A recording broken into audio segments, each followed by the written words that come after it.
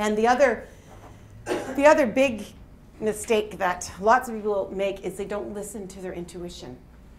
They know something's off, but they go anyway. They keep going.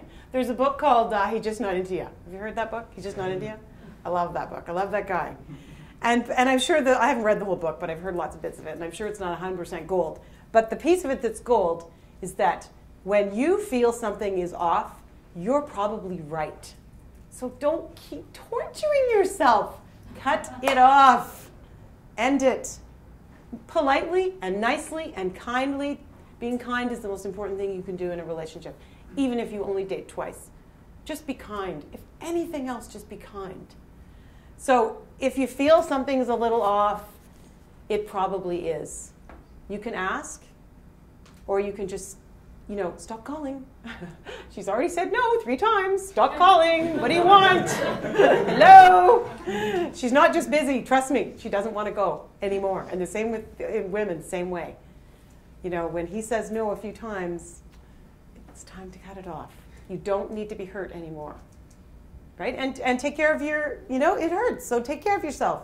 And don't go back out until you've done. If there's anyone not divorced, if anyone is married but not divorced, you shouldn't be dating. You're still in the healing mode. If you're not over your ex, you're in healing. So you shouldn't be dating.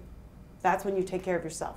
Right? You need to heal yourself first before you go out back into the market. Right? The market, that's a bad word. So so for me, I'm very focused on looking at what's going on inside you, because I have a therapist background. And so what's going on inside you, and what are you presenting to the world? What do you want the world to see? Do you want to see the real you, the false you, the facade that you put up? And what you present to the world is what you attract. So the other thing to start thinking about in your dating history is, what patterns do you have? So I started thinking about my patterns, and what I realized was that I kept attracting uncommittal men. Wonder why that was. So I just figured, they're all uncommittal. What the hell's going on here? Why is everyone uncommittal?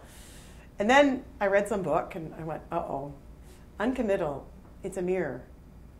I'm the uncommittal one. Oh, no, it isn't so. Please, it's not me. Well, it was. So the point of that is that if you are attracting, first of all, ask the question, what patterns, do you have a pattern? Are you always the one that leaves? Are you always the one that runs first? Are you always the one that's chasing? Do you do half and half? Do you do 3 months and then you bail? Do you do 2 years, really steady, 2 years, great, I can do it, and then you bail? Or she bails, or somebody bails. So think about what your patterns are, because there definitely probably is a pattern. If you're over 25, you've got a pattern. And the pattern is the mirror. So the mirror was, they were uncommittal, I was uncommittal. And that was painful. No, I really want a relationship. No, you don't. And the reason I didn't is because I was terrified. Because I didn't want to get hurt again. Like, that was good, I thought. What happened? So I was terrified of getting hurt again. And I was the one doing the hurting. Like, it wasn't like my husband didn't do anything bad. We just didn't work out, but it still hurt just as much.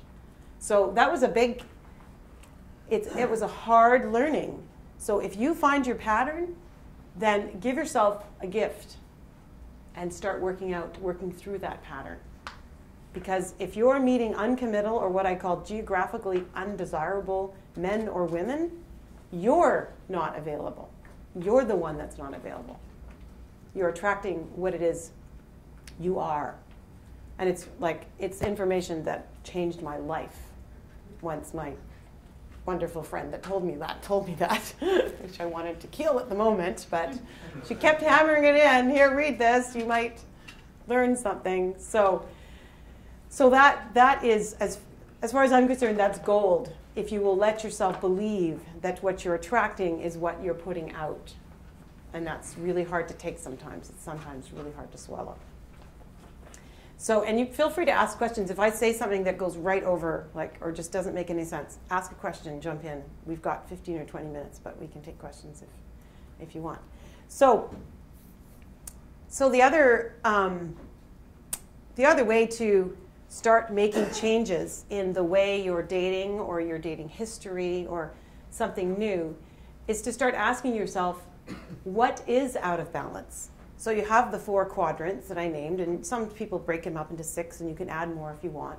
So of those 4 things, family, relationships, career, and I forgot the other, and yourself. Yourself. How could I forget that? Ask yourself, what's out of balance? Like, maybe you don't talk to your family enough. I don't really talk to, I'm making this up.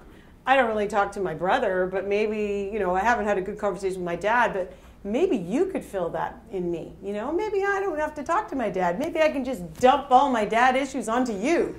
And then I don't have to deal with that stupid brother of mine and my dad, and I could just fill it all with you. Right? Yeah, he's running now. He doesn't even, right? So that's a starting point for cleaning up. And that doesn't mean you don't date at the same time. You do. But your dating then becomes an exploration of yourself.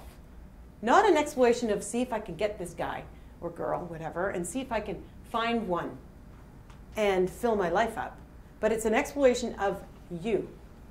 So you go on a date, you struggle if you're going to be doing the asking, you take the challenge of asking the person out. So that was a struggle. If that's a struggle, you take a step to try to do it. So you've just learned something about yourself, that you can do it. You can do something you thought you couldn't. And they didn't say no. Cool. Okay, so step 1, you asked the person out and they said yes. And what if the struggle in you is how to make a date? Like, I don't even know what to do. Like, how to take her out for dinner, go for a walk? What do I do? So maybe that's the next step for you. Whatever it is, dating becomes an exploration of yourself. And however the dating unfolds in the next month or 2 or whatever is not about what they did to you, but what you're doing inside, what you're doing at the dinner table talking. How you managed that you called them back or didn't call them back, or didn't go your way, so then this is how you behaved. This is an exploration of what you can discover about yourself and who you are in relationships with all these new people that you're going to meet. And I tell you, if you flip that around to how you are going to be in this world instead of going, how are they going to be with me? Your life will transform. Absolutely, life becomes a party about me, about how am I going to be when I stand up here in front of 50 people or whatever and talk today. How am I going to be? Thank you. Thank you. What am I going to feel like when I thought there was 90% women and there's 90% men, right? Like, it's an exploration of me. I'm actually not going to think about much about what you thought about me today. It's not. It's no different about dating. It is no different. Dating is about you and what you're going to learn in your life.